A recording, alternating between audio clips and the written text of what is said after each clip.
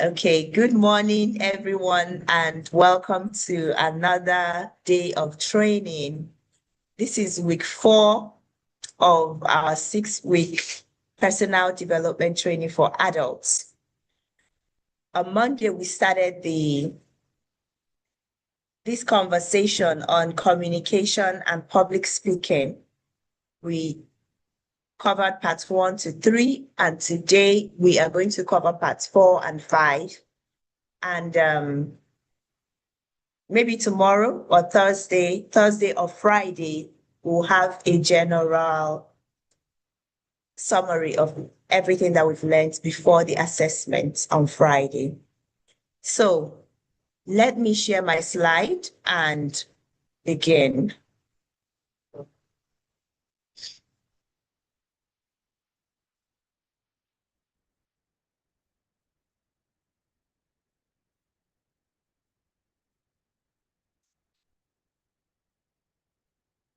Okay. I'll just go over the basic things that we learned on Monday. Just a quick recap to refresh our memory. The objective of this class is to equip teachers, pupils, parents with foundational knowledge of effective communication principles, to develop practical verbal and nonverbal communication skills, to build confidence in public speaking for various contexts, to foster a culture of ethical and constructive communication in not just the school environment, at home, at the workplace, at the marketplace, everywhere you find yourself, and to empower individuals to express themselves clearly, listen actively, and engage meaningfully. So it's wholesome, it's holistic. Communication is what we do every day, so we can as well learn how to make it effective. We looked at what communication is and why it matters. It's a process of conveying information, ideas, feelings, opinions through various means to achieve understanding. So the major things, takeaway points that you have to hold on to at the end of every communication, understanding has to be achieved. Understanding has to be achieved. If there is no understanding at the end of communication, communication did not take place. You just, talked. And then another important thing to note in communication is that it is a two-way street. It is not just about speaking, it's also about listening. Communication is not just speaking, saying what you want to say, it's also about listening. And the listening is not just the words, but the body language, the facial expression, and all of those things. Why effective communication is important? It helps to build stronger relationships, resolve conflicts peacefully, enhance learning and understanding. It boosts confidence and self-expression, and it leads to better outcome in all aspects of life. So communication is very important for everyone. As a parent, we talked about this on Monday. As a parent, it's important to learn this skill because one of the major causes of problems, between parents is lack of effective communication skills. Children are always speaking, and when they are young, they do not have the vocabulary to express themselves. So they speak in non-verbal ways. And if you're not trained, you will not be able to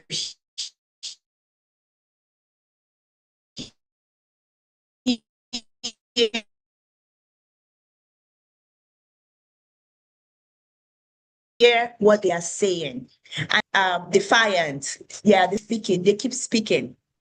If you have a teenager and they call it teenagers are difficult to work with. It's not true. The reason why your teenagers are difficult to work with is because they have been talking to you for a long time and you're not hearing.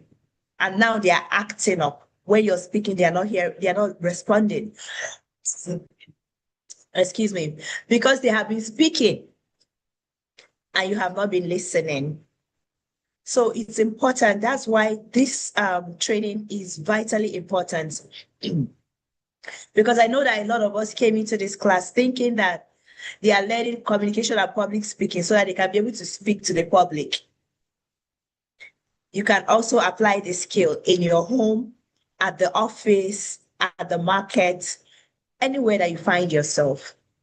So part one, the power of listening and understanding the audience. It's important that we listen. We said that communication is two-way street. You speak and you listen. And it's important for you to understand your audience because it is your audience that will determine how you will be able to communicate. If you have young children as your audience, you're not going to be speaking big grammar, as if you're talking to professionals. You have to be able to come down to their level. If you have people, market women, you should be able to come down to their level. If you're communicating with executives, you should know how to communicate with them. So you have to understand your audience. Sometimes my children will be like, if I'm talking to madams, mommy, Shebi, you said that we should not be speaking broken. You have to come to their level. You have to speak the kind of English that, that they understand. You cannot come and be speaking Queen's English to them. So you have to understand your audience to be able to communicate with them. Or you go to the market, these market women that they are not educated, but they are not illiterate because they have their level of education, just that it's not formal. There is a way you communicate with them, to be able to have an understanding, which is the end game of communication, to achieve understanding. So the second part that we talked about on Monday is the act of speaking clearly and the power of your voice. So it's important that we are very articulate. We don't have to form phone. Just speak your words clearly. That's all that you need. No mumbling, no, trying to form anything. Once you speak your words clearly, you articulate. That's what is needed. And then speak at a comfortable speed, not too fast, not too slow. I know that when people are nervous, they speak too fast. Have you noticed? So just calm down, speak at a comfortable pace. That's why we are here learning this skill. Nobody is going to bite you. Have you ever seen someone speaking and someone just rush and beats the person? Nobody is going to bite you.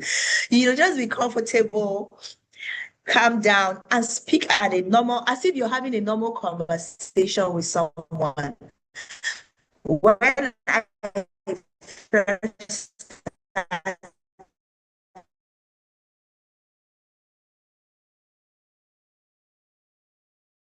started my Facebook Live, I would just be so nervous. I'm close to me, but I'll be so nervous until I attended a public speaking class. And they said, just act as if you're talking to just normal conversation. Just calm down and act as if you're talking to a normal person behind you, even though they are not seeing you. So be comfortable, speak at a comfortable speed. Be heard without shouting or whispering. There's no need to whisper. Just, project your voice, but not shout, so that you can be heard. Say your words correctly. Then use the power of your voice, your tone. These are the different things in communication: the tone, the pitch, the inflection. They are very, very important. The emotion conveyed by your voice. Is it friendly? Is it serious? Is it encouraging? Is it condescending? Because you can be saying something, the way you say it, the tone will convey another thing. And then when the person reacts, you'll be like, what did I say? It's actually the tone. So communication is not just the words you speak, but how you speak it. Part two, we talked about on Monday, crafting your message and engaging in conversation.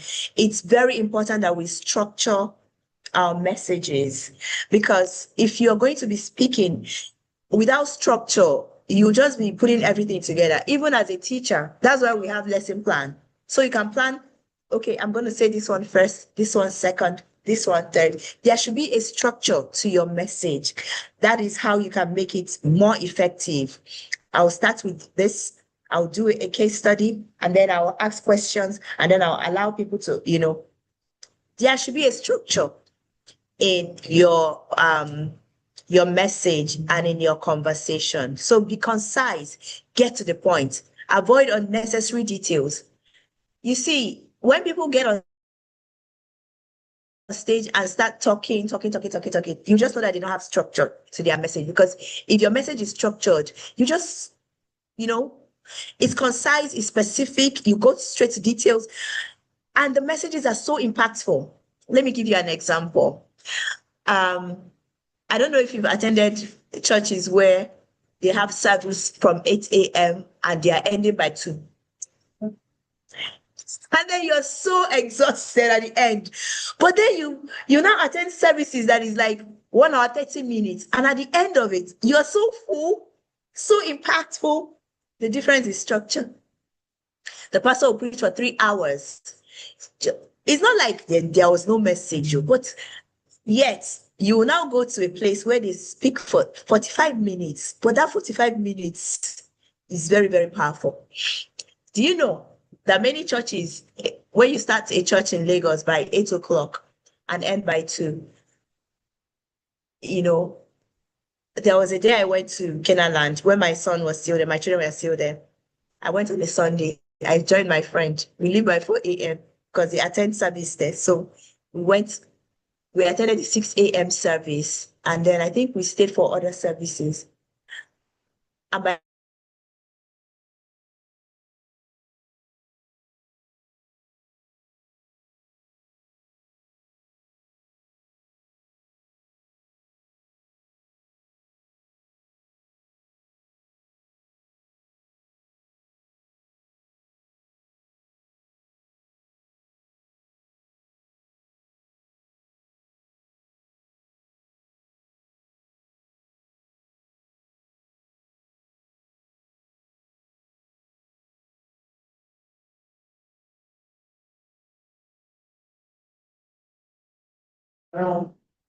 but you have multiple services, don't you? No, that's not service. Oh, one service, okay. Service. What is around here? When you come to that you control that, don't mean that you're going to sit down.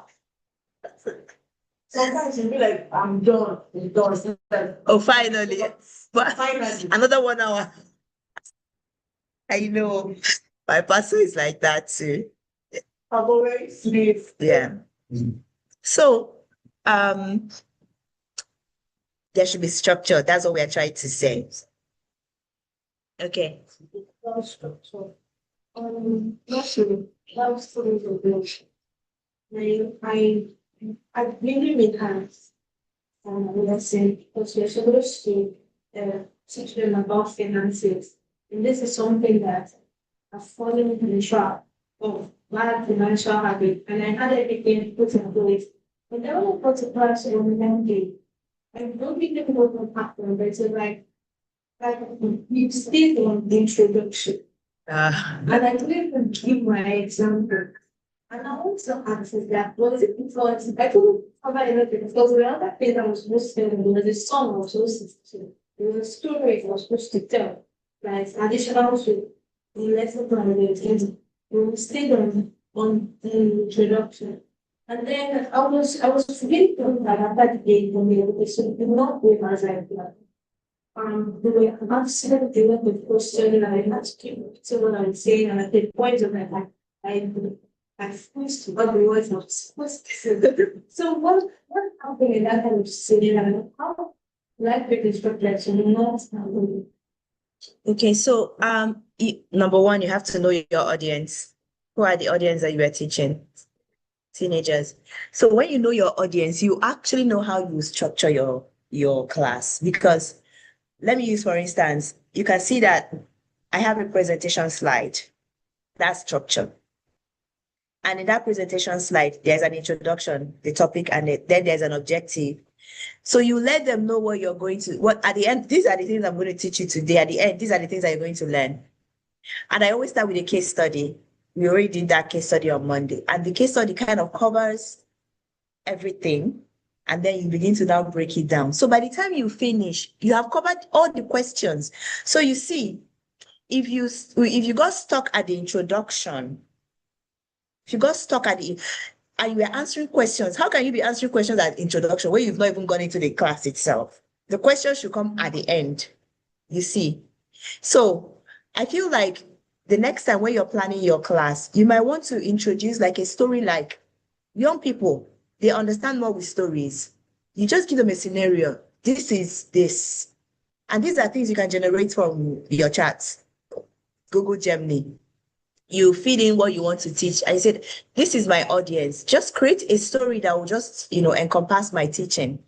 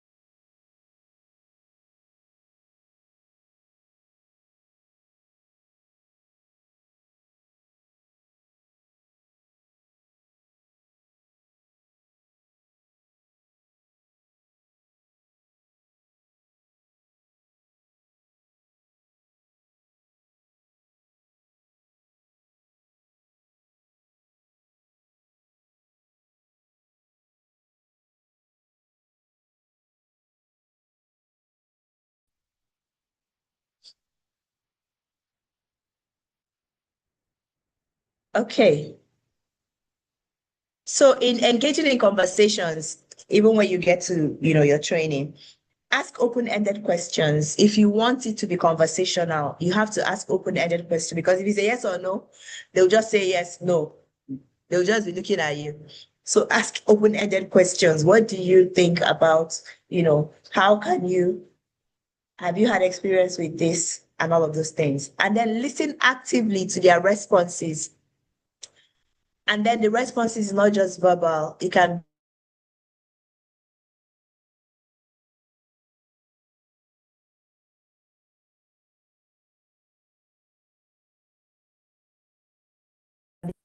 eyebrow will just go up.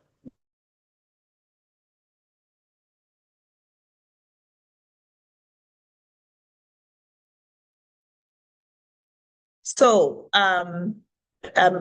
it's really sad for people that are watching online, but we have to continue. That's why the class is hybrid.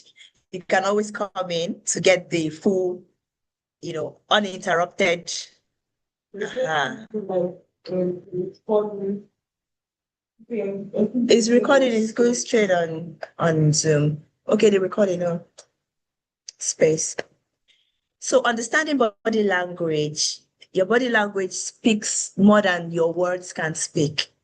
They are a powerful form of nonverbal communication. It often conveys more than words, because you can be saying one thing and you're doing another thing. Posture, the way you sit, tells a lot. If you sitting confidently, you just sit up straight. If you slouch like this, slumping like this is like depressed. You can't go into an interview and you just sit down. It speaks so much. Like you said, this person is lousy, number one. And that's the truth. If you actually sit like this and slump, there's no confidence in it. So you have to sit up confidently. Yeah, it's not sharp. And then you might be saying the right things, though, answering the right things. And then you're wondering why they didn't call you. Just the posture.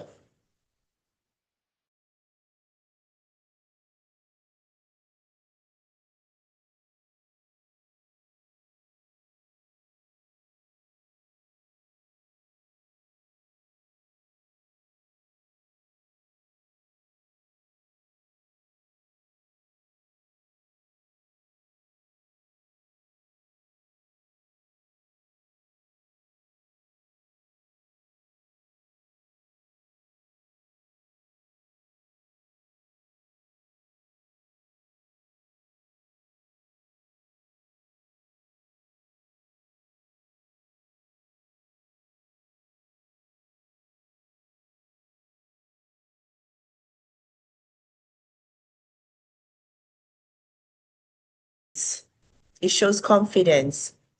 So it's important that we know these things. Proximity, how close or far you stand from one another. It's also very important. It's also a communication, a non-verbal communication pointer. Do you want to restart the Wi-Fi in the office to see if it will be better? Okay. Interpreting and creating positive non-verbal cues. All these were the things that we learned on Monday. So we can actually go and watch the replay to be able to have the details. Look for consistency between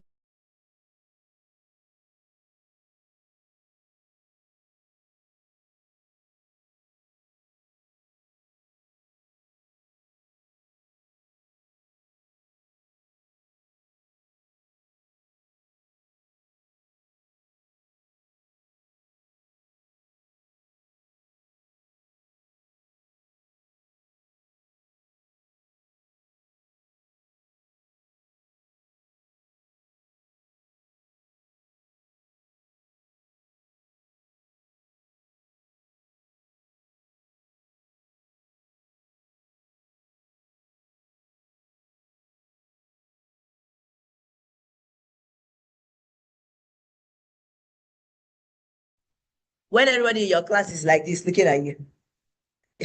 You better tell a story to break the ice because they're just looking at you like you've lost them somewhere. You've lost them somewhere, and they're just like, okay, let's see where this is going now. So you need to just come back and see where you lost them and reconnect. Okay, so let's I think we are now getting to what the actual training for today. Smile genuinely to convey warmth and approachability. Use natural expressions and expressive gestures. Lean slightly forward to show interest.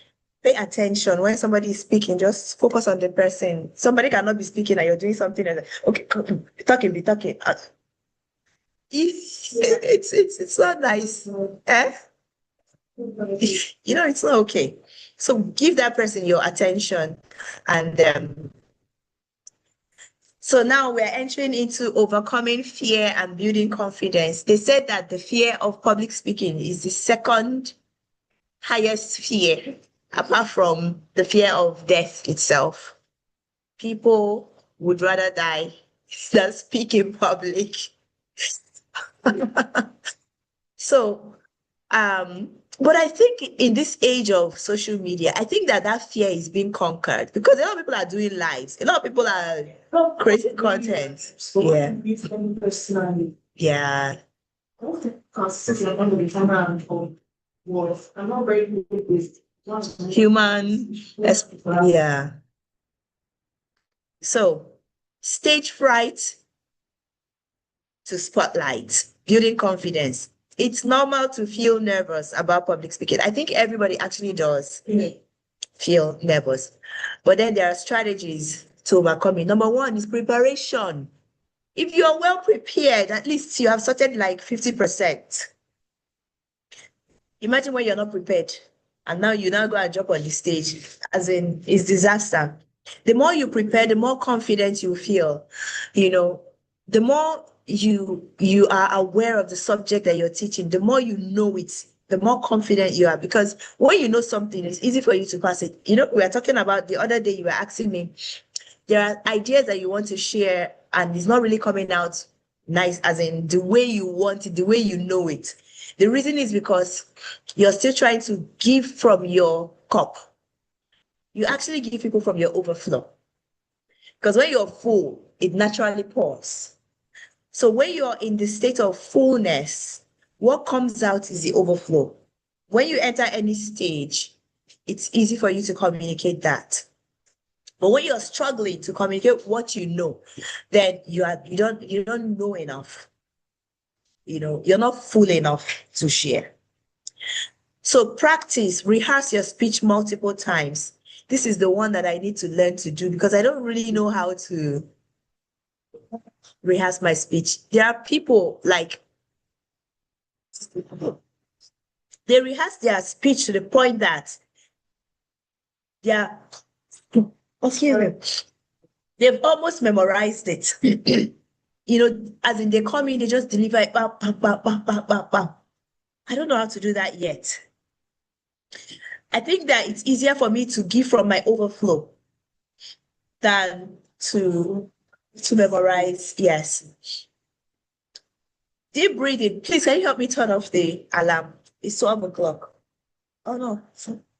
Deep breathing calms your nerves. It actually calms the nerves. Like taking in deep breaths before you get on the stage.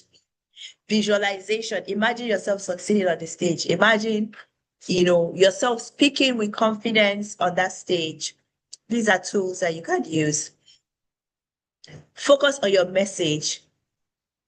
Shift focus from your fear to what you want to convey.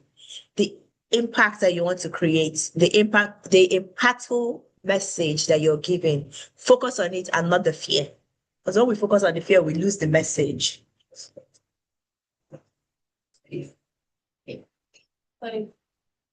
I think the first time, when the second time, I feel like people don't want to pay attention to me because of this idea that best impression looks less. It's more important for me to follow the notes I want from the message I was conveyed by how they would feel, which I didn't really do well. First impressions can always be corrected. But I feel like if you're working with young people, like teenagers, you're also a young person like them. When you come in, they will size you up first to know whether they will listen to you. So some of those questions that are throwing is just put it off to know whether, and if they put it off the first time, maybe when you come again, they might not want to listen. But by the time you go back, you can actually reflect what happened. Where did I get it wrong? What were the questions? What were the attitudes of the people? Now, when you come again to that same class, number one, try to connect with them first. Don't try to come to them as their teacher. Try to come to them as a more knowledgeable friend. You connect with them. You connect with them. That's why stories are important.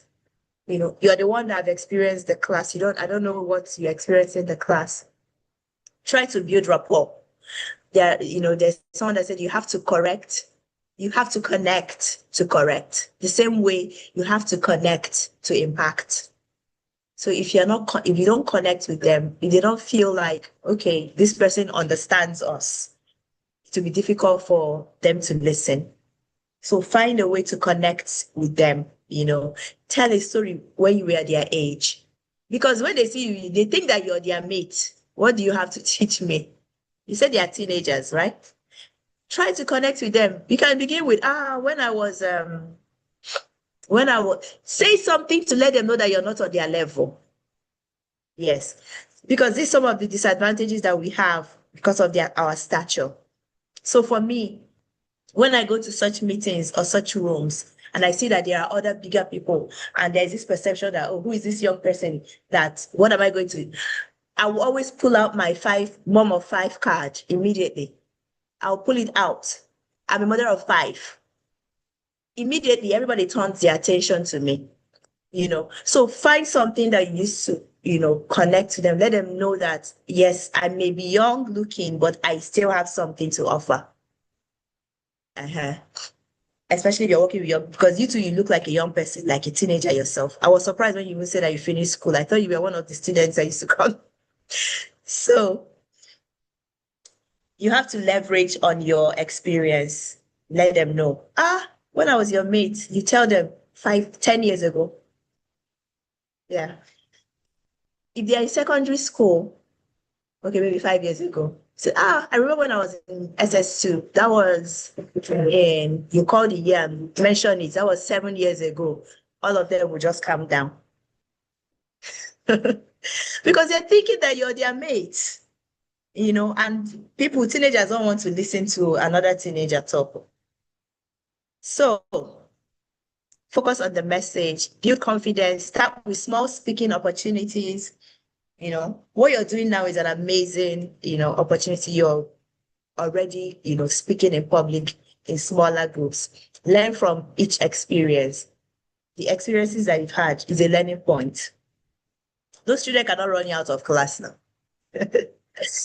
Believe in your message and your ability to deliver it.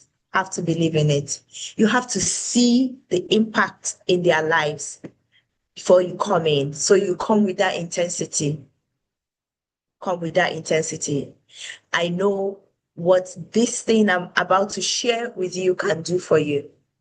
In fact, let me tell you another an experience that I had. We went to speak at a school, and then we went to the junior secondary side of the school. And they were so interested, writing notes, the younger ones, JSS 1 to 3, writing notes. But now we came to the SS part. They were so nonchalant, acting like don't need this. And I said to them, 5 years from now, there'll be a difference between people that paid attention to this class and people that didn't. And you'll be asking yourself, why am I not successful? The difference is what you do with this class right now. What I'm going to teach you now, what you do with it will show the difference in 5 years. And if you do not pay attention in 5 years, friends that paid attention are going to be better than you. Everybody's head just came down. Because that's the truth. If you don't learn the basic principles of goal setting, vision board, having a plan for your life, the people that have that knowledge will be better than you. It's not rocket science. So it's important that they know what they stand to lose when they don't pay attention, and it's to their disservice. Young people need such harsh truths sometimes to be able to sit up. That's also how I get my own children's attention, my daughters. If you like, don't learn. The people that are learning it will be better than you. Yeah. Simple. The human mind has natural tendency to compete. Most don't mention that you don't see what you can't place an notice. You cannot. As that I told my kids, say, you go to school, you don't have as fast as you are. You see them doing things like that. It's true. They need to be told. So delivering your speech with impact from practice performance, engage your audience, maintain eye contact with different individuals, speak, look at this person, look at this person. Don't be looking on you. You look down. And then you don't look at the people that you're working with. It might even be one or two people that you see their gaze, you see that they are engaged. You focus on, you can zoom in on them, look at other people, then zoom in on those ones. How did the man at the gate, how did Peter and Paul perceive? Is it Peter and Paul? Peter and John perceived that he had faith to be healed. It's the way that he leaned in and looked. His body language.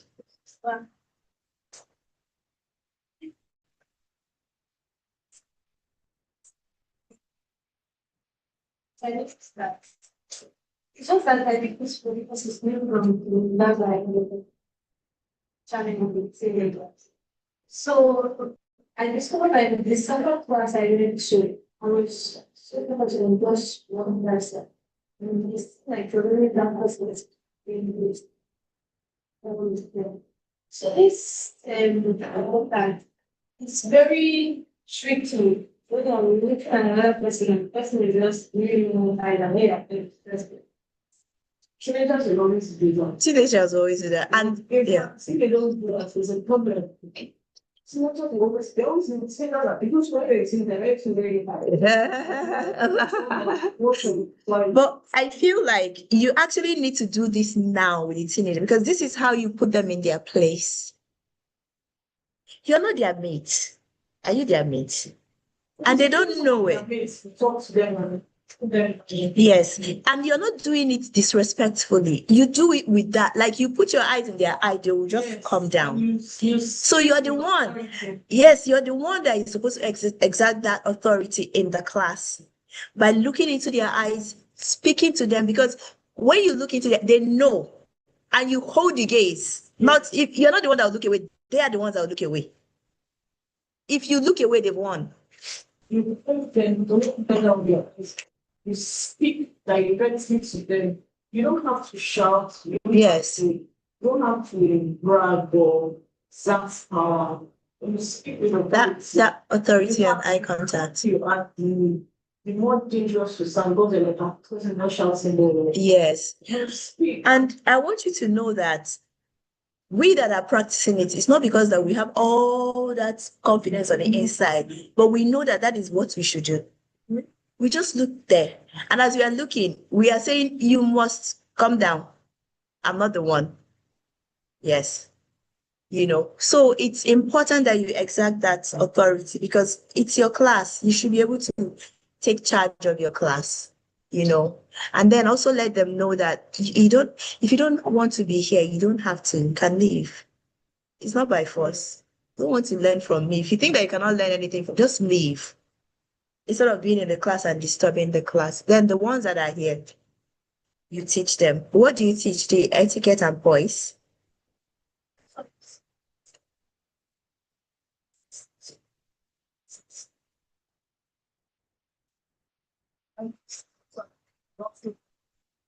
See, when it goes to senior class, there's this sense of I have arrived. I'm a small adult. I have sense. As in, there's just this mindset that they have when they get to senior class, especially SS2. You see that SS2 class, once they get to SS2, there's a sense of there's a kind of confidence that they don't have ego and they feel so full of themselves. When it gets to SS3, it happens. So it's not normal for them to behave like that, but you as one in front of the class, you exert authority, let them know that I understand that you have arrived, but even when you have arrived, me and let's start this. In enough time you do. Very And you nice. see what you are doing, you see yourself. When you reach where I am, you will realize that at this point, you're just foolish. I tell them, that's how I tell them that don't further. When you get out of this stage, you don't realize that there is child speak. When they see that you have superior knowledge, No, listen. they will listen, they will pay attention. No, listen. I went to speak to my children one time on that. And of course, my teenagers and the child was shouting, if my son recognize, like I make noise. It's your time to make noise. But if you don't make noise, I'll be wondering that I'm not in the secondary school at all. And they were shocked that I didn't care that they were making noise, giggling, having side talks and all of that. I'm like, oh, stop on, that's your age is normal. See that you have plenty sense. Send them to explore and get yourself excited. When you need to pay attention, you see the kind of attention I got from them. Even the ones that were, because I think that's like the side talk from what you're listening to you. Yeah. So, yes, and I was it's not working. Don't tell them, okay, once I'm not listening, tell them, come front. Just tell them, if you know you want to listen, tell them to move forward and you bring your voice down. You talk to people that are paying attention. Like she said, if you don't want to be part of this class, work out. Tell them, leave your class. You said, push a car for them. When you push a car for them, you can look up. People are not, they are very soft spoken. Yeah. Yeah, so there's a tendency for them to want to bully you. Teenagers, they don't try and they want to cross all boundaries. It's just their hormones that your hormones that are just making you behave and behave. When you get over anything coming, just realize that they just boiling like hot yourself. Yeah. So you let them know that they are just sit down. That we are not alive. this class is a short period of time. After this class, you can pay. You also give them that option to tell them that we're just here for a short period of time. Just to commit to it and focus. Let your will be done, then you're able to do all that she wants me to do. Just give me this time and let's work together so that you can get better. Tell them the benefits of the class. Yeah, benefits. They need to know the benefits. If they don't know the benefits, just like in adult education, they will not listen. They know the benefits. Then you get to see people who are really interested. If they're not interested, they won't be. So, All right. So, in delivering your speech, make eye contact, use appropriate gestures and facial expression, vary your tone, your pitch, your tone, your pace. Be enthusiastic. Your energy has to be contagious. You have to be excited about what you are, teaching. You might want to please. Then manage your time. Stay within your allotted time. Yes. Bless me. Handle questions gracefully. Listen carefully, answer clearly, and be respectful. Thank you.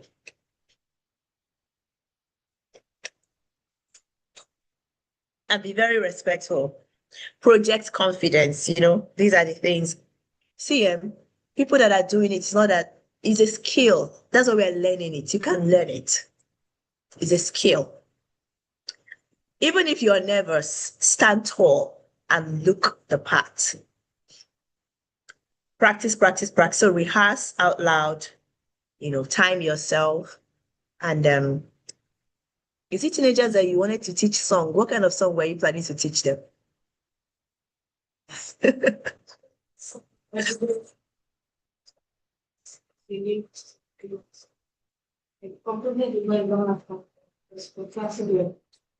So how were you planning to deliver the song? You sing and they'll repeat after you. Is this something?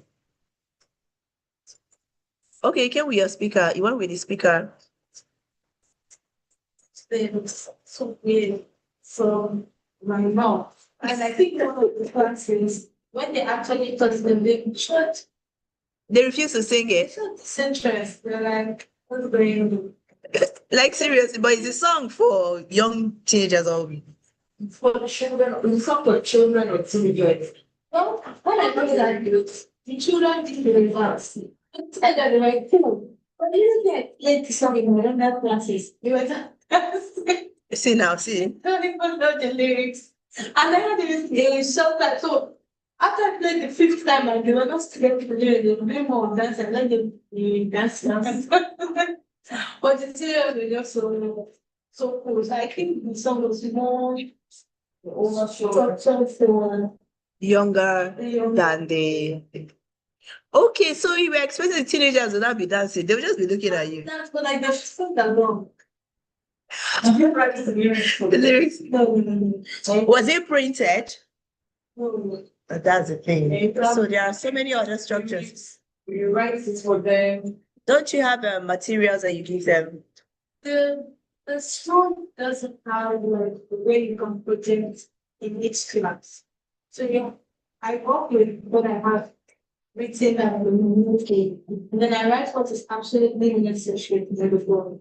Because writing on the board is It's also it's science. so so when something else, when you teach me, it's always very good. I really need to have it. Yeah. But about saving, spending, investment, and so that's what I really do. So to write, There will be a lot of time consumed. I'm just Project. that is all. Or if they provide resources like we do, like workbooks that everybody is looking at their own, their books. And I know when we started our club, our song is even inside this thing. They used to enjoy the song every day so much. We need to go back to that song, but it's very important. I think you have our own song. Shay, but this is actually a nice song. But we should have our own song. Also.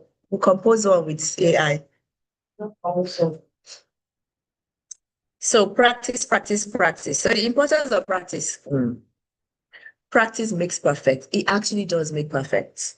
The difference between stars and people that are not stars is consistency and practice. Yes. They've practiced for so long. They're not just practice, the actual performance. Mm. Because sometimes you can practice and not perform, you will not get that performance experience. The more you get that performance experience, the more confidence you build. And then you get to learn really, as in a real time, in reality, the things that you really need to work on. But when you Yeah. practice, sometimes you're in front of the mirror, talking to yourself. Yeah. Like, no, we don't really know what the audience will react. You're like, yes. But when you perform, they know what the audience reacts to. They know how well to until this. I think that the way I practiced was based on one of the first times I ever spoke to real materials, and that was at church. And one of the things I noticed that the church environment is very different from the zero. They are conditioned now. They're very conditioned. The way I practice for what I was, I've learned to teach church, so I was called down to just come and share a little word with them. So I practice in that language because they listen, they interact, some of them do. But not they didn't really express in my life. So I thought that would be the same thing In the school. I was experienced in the classroom. Because it was a very different right. Okay, so like That classroom is raw. The church is conditioned. You know what happens when you put conditioner in your hair and you comb your hair, and when you don't put conditioner? That's the difference. The church, they are conditioned. But in the school, they are raw. It's a mixture of Mixture of many things. You don't know that the Holy Ghost is inside the church. You know, you can more control the environment status. And because they have been groomed, there's a grooming that they get from the church that they know that when they, in fact, sometimes children in church, when they maybe church, they can really be in school, yeah. When they're in church, you know, this is church, this is how we're supposed to behave, like this. But when you now go to school, different ballgame, so, because there was the last time the was in the dark, you know, how to do it. And like a few persons from my church attended that school. I was very surprised to hear that the They behavior, are not behaving well. the behavior of because these girls, you come to church, you have to get them to talk. And then we are having a situation that you're in class and they are talking, they are twisting and they're not even reading what they are saying at the front. And I just started like this, do you not realize that I'm really bad? Amazing. So another thing is when you also know your audience, you know, the people that you are absolutely comfortable teaching, you can tell the agency, assign me to the junior secondary or primary, if that is your area of strength, so that I don't get to go and struggle with the older children, you know? Because you actually look more like someone that works so well with the younger ones, and so, and it's wonderful. It's not like you can, you know, we talk about focusing on our strength while working on the weakness. But they cannot carry you and leave your area of strength and put you in the so that if you're struggling in that place, you can once in a while go and touch this side. But if this is going to be more productive, everybody is going to be more impactful, just stay in that lane. Yes. So it's part of self-awareness. You can always tell them. That's why they delegate.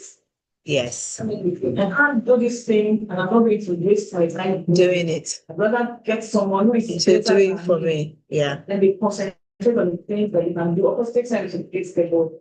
In your case now, so you are better with younger children and parents. And at the end of the day, the children are fulfilled. You too, you're fulfilled. Imagine now going to class, you're coming back, you're feeling drained and you still did not impact anything, and it's waste of time and resources.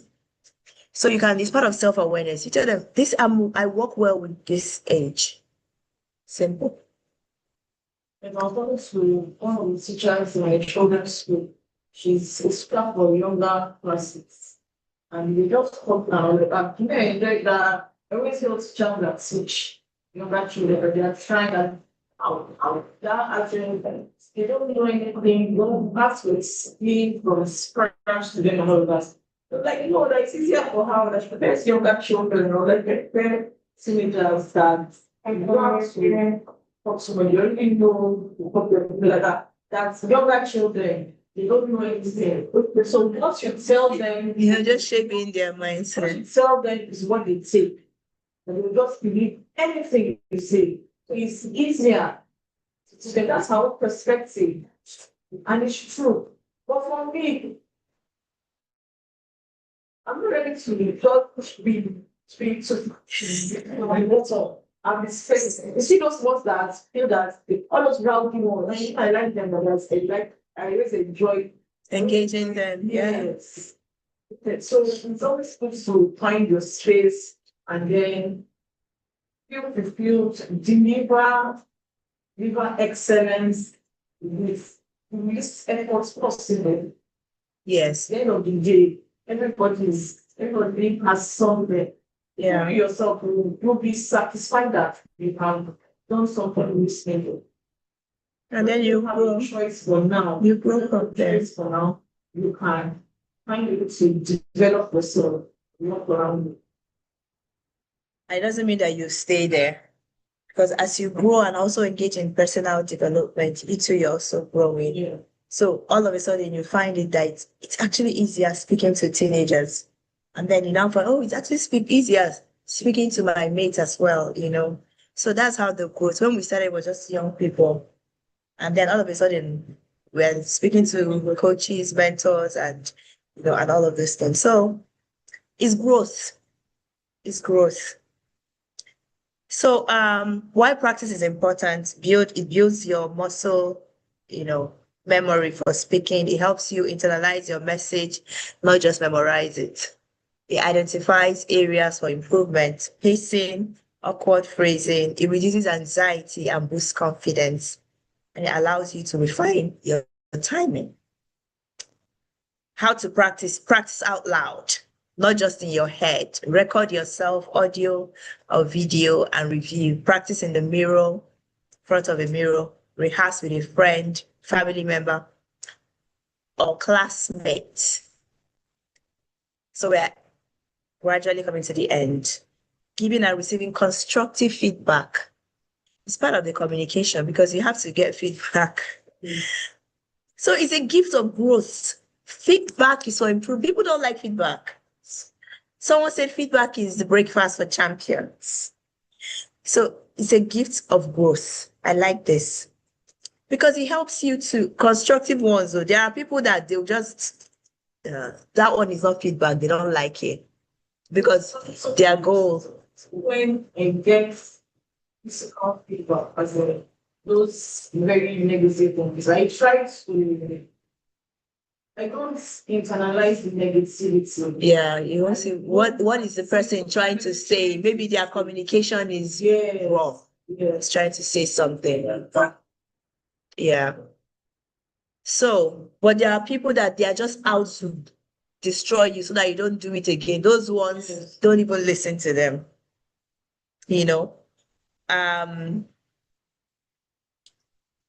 Be specific, focusing on observable behavior, be positive first, then suggest areas for improvement. Focus on the message delivery, not the person. Someone actually tried to, I don't know what the person tried to say or discourage me. Was it a feedback? I think they were talking about my work. And this person said to the other person, what does she think that she's doing? She actually graduated with a 3rd class. That was not a feedback at all. Like, are you serious? Yes. So focus on the message, not the person. That was actually an attack on my person, not on the message and the work that I'm doing. So when you hear such things, just It's not a feedback. It's a personal attack. So you don't pay attention to it. Offer solutions or alternative. Don't just tell the person all the bad things. What are you going to do to improve this thing? So the sandwich method, praise, you put your suggestion and then you cover it with praise. Let the person know, oh, I really enjoyed your class today. And I like this part. However, you can do this, but I totally enjoyed it. So you have put the feedback in between the two. We need to learn how to do that because people will not, all the good things that you said, they will not pick it. It's only that one thing that they'll just zoom in. And the mind also has a way of only focusing on the negative. People might make comments on your posts. 100 comments, but only that one that said, that's the one that you now focus on and be thinking about all day. So be timely and private. There are things like you say in private, not in public. Yes. Receiving constructive feedback, listen actively without interrupting or getting defensive. Oh my goodness. Oh my goodness, without looking for excuse, just listen and just say thank you. It's doable. Yeah. Without trying to, the reason why I did this, you just try to defend every point. It's not necessary. If they are saying something, just listen. When they finish, you say thank you. Then you go back and think about it. I see this play out in schools, PTA. Have you gone to PTA? A parent will raise a concern. Instead of you to accept it, thank you. We'll put that into, they will want to defend it. Yes. Another parent will bring up something, they want to defend. And then you'll notice that when they finish that, the next PTA is the same thing. That means they never did anything to improve that situation. So, listen without interrupting or getting defensive. Thank the person for their input. Ask clarifying questions, please, for clarity. Just let me know exactly what points do you want. Don't just try to tell me, no. Just let me know 1, 2, 3 things that I need to work on. Consider the feedback thoroughly. You don't have to agree with everything, but you can just consider it. Use it as an opportunity to grow. Now, I think this is the final part. Adapting to different communication contexts. So you have to be a communication chameleon. Yeah. A simple way to say it is just match the energy. Yeah. Match the energy. If it's upbeat, match the energy. Don't drag, just match the person's energy or whatever. Formal versus informal. Speaking to a teacher versus a friend, they are different. Small groups versus large group. Intimate discussions versus public speech, they are different. Different goals, information or persuasion, technology, adapting to online meetings, presentation or written communication. Your communication style needs to change depending on the situation and who you're talking to. You said so earlier, now when you are talking to it's different. You have to match the style, yes. When you go to school to families, it's different. The way you speak will also determine how people will relate with you. When you speak with confidence and authority, they will attend to your people. That's why I said that when police stop you, don't be harsh, but be confident. Yeah. Don't do overstand. Just show that I know what's happening. I understand where I am. You can't bring me, but I'll be polite with you and all of that. So just be able to flow. Yeah, because it can quickly move from informal to formal. So you should be able to know, how to.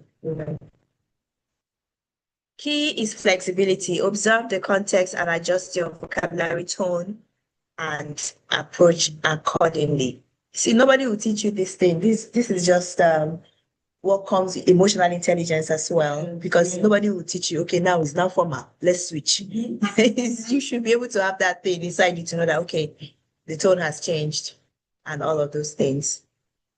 Of course, it's not how you talk to your friend and you talk to your boss. No.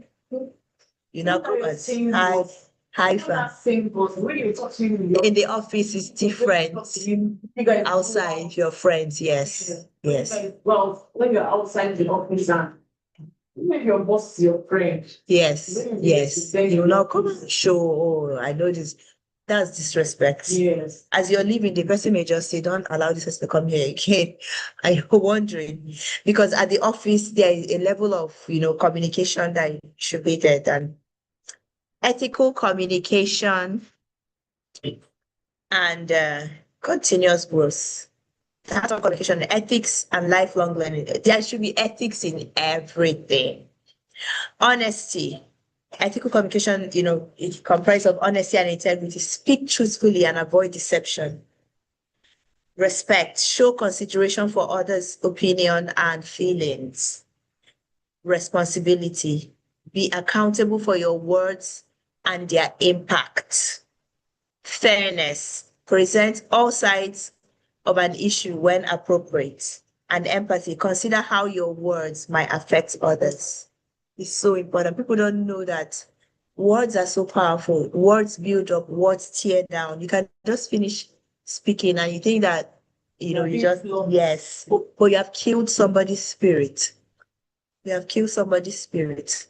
May we never be the ones that will use words that will damage. Let our words be empowering and impactful at all times. Even in correction, you finish correcting the person, but the person still feels has self-worth. The person still feels, the person is still not broken.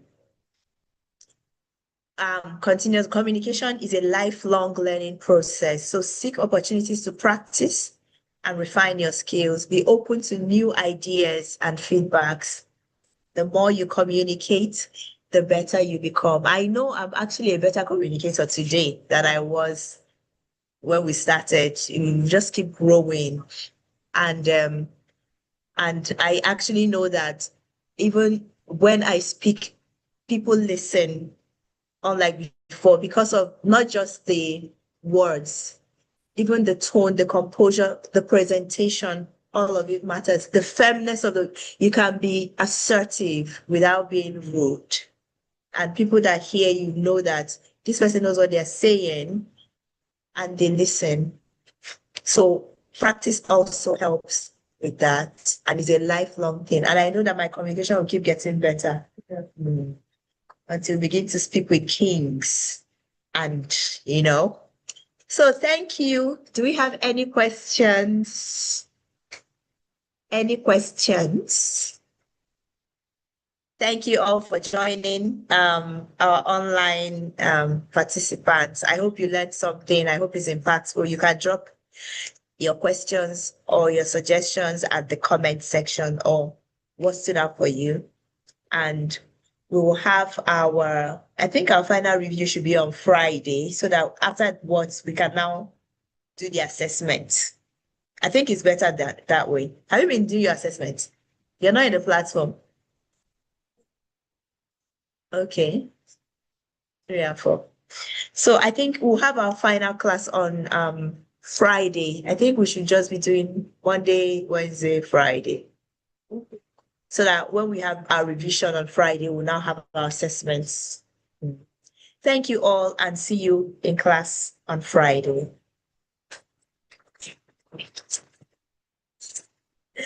Thank you. Tech team, come and stop sharing. Okay.